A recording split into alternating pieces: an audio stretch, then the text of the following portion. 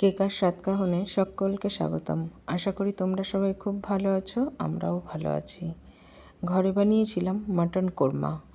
খেতে হয় ভীষণ ভীষণ টেস্টি, আর ঘরে থাকা বেসিক উপকরণ দিয়েই কিন্তু এটাকে খুব সহজেই বানিয়ে নেওয়া যায়। তাহলে আসো দেখে নিই কীভাবে বানালাম মাটন কোরমা। সঙ্গে থাকো। খুব টেস্টি হয়েছে। মাটন কোরমা করার জন্য সবার প্রথমে এখানে আমি 1 কিলো মাটন নিয়েছি। এখানে হাড় এবং সলিড দুই ধরনেরই মাটন আছে। মাটনটাকে আমি খুব ভালো করে ধুয়ে পরিষ্কার করে নিয়েছি। এটাকে জল ঝরিয়ে রেখে দেব।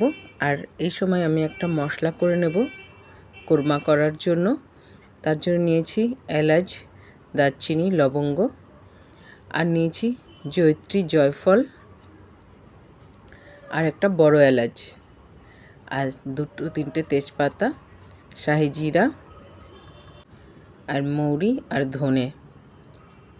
সব কিছু শুকনো খোলায় ভালো করে ভেজে নিতে হবে।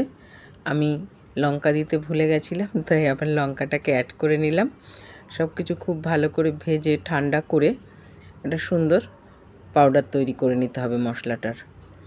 আর এদিকে আমি কড়াইতে ঘি গরম করে নিয়েছি, আর সামান্যের মধ্যে সাদা তেলও আছে। এখন এর মধ্যে বাদামগুলোকে ভেজে নেব, আর কাজু। এটাকে একটু বেশ লালচে রং ধরিয়ে ভেজে নিতে হবে। কাজুর গায়ে আর বাদামের গায়ে লালচে রং ধরলেই তখন এগুলোকে তুলে নেব। আর ওই তেলের মধ্যেই আর ঘিয়ের মধ্যেই দিয়ে দেব পেঁয়াজ বেরেস্তা করার জন্য।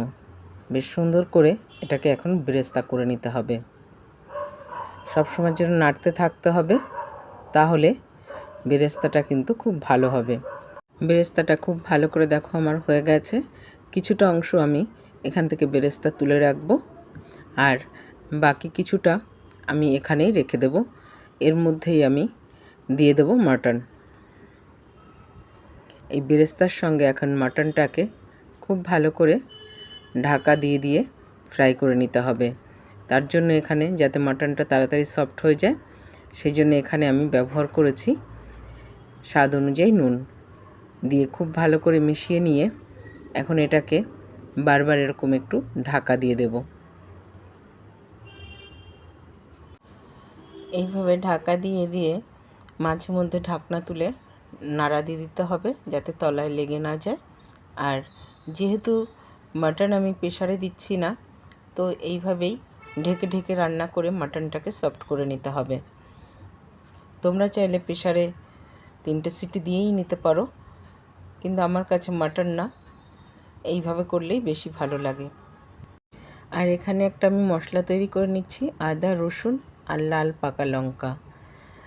তার জন্য এই লাল পাকা লঙ্কার জন্য কালারটাও কিন্তু খুব ভালো আসে। মশলাটা এখানে ব্যবহার করেছি, আর এখানে হলুদ ব্যবহার করেছি, আর সামান্য কাশ্মীরি লঙ্কা, আর হচ্ছে যে মশলাটা করেছিলাম সেই মশলার 2 চামচ মশলা। সব কিছু আর একবার খুব ভালো করে মিশিয়ে নিতে হবে। আর এইভাবে মিশিয়েই ঢাকা দিয়ে দিয়ে আবার রান্না করে নেব। আর মাঝে মধ্যেই ঢাকনা তুলে একটু নেড়ে দিতে হবে। দেখো কালারটা কিন্তু অনেক চেঞ্জ হয়ে গেছে মাটনের, আর অনেকটা সফট হয়ে এসছে। এখন এটাকেই আর একবার খুব ভালো করে মিশিয়ে নিতে হবে। মিশিয়ে নিয়ে এখানে আমি পরিমাণ মতন জল ব্যবহার করব। যেহেতু কোরমা করব, তো খুব বেশি গ্রেভির কিন্তু প্রয়োজন হবে না। এইভাবেই ঢেকে ঢেকে রান্না করব, তাহলে মাটনটা কিন্তু একদম সফট হয়ে যাবে। গ্রেভিতে জাল উঠে গেলে আবার ঢাকা দিয়ে দিয়েছি। আর এই সময় আর একটা মশলা তৈরি করে নিতে হবে। এখানে আমি 300 গ্রাম মতন টক দই ব্যবহার করেছি, আর যে বেরেস্তাটা করে রেখেছিলাম সেই বেরেস্তা, আর বাদাম আর কাজু ভেজে রেখেছিলাম, সেগুলো সব কিছু মিশিয়ে আর একবার একটা পেস্ট তৈরি করে নিতে হবে। আর এদিকে ঢাকনাটা তুলে নিয়ে আর একটু এটাকে মিশিয়ে নেব। মাটন যদি প্রেসারে না দাও, তাহলে তোমাকে কিন্তু একটু ধৈর্য ধরে অনেক সময় ধরেই রান্নাটা করতে হবে। ধৈর্য ধরে অনেক সময় ধরে রান্না করলে তার স্বাদটাও কিন্তু অনেক বেশি সুন্দর হয়। প্রেসারে দিলে কিন্তু সেই স্বাদ তুমি পাবে না। এখন যে মশলাটা করেছিলাম সে মশলাটা এখানে ব্যবহার করলাম।